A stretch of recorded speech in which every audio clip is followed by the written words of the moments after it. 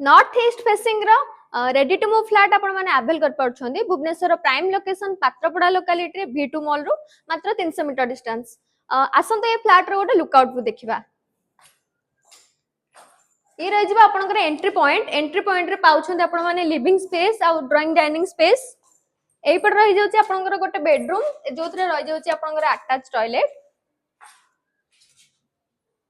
तापर ये रही गला आपनकर कॉमन टॉयलेट आ ये रही जाउची आपनकर स्पेशियस किचन आ आपनकर यूटिलिटी स्पेस रोची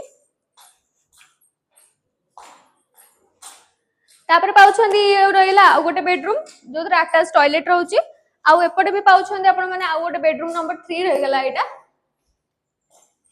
आ आपनकर ड्राइंग डाइनिंग आ लिविंग स्पेस को लागि रही जाउची वाइड बालकनी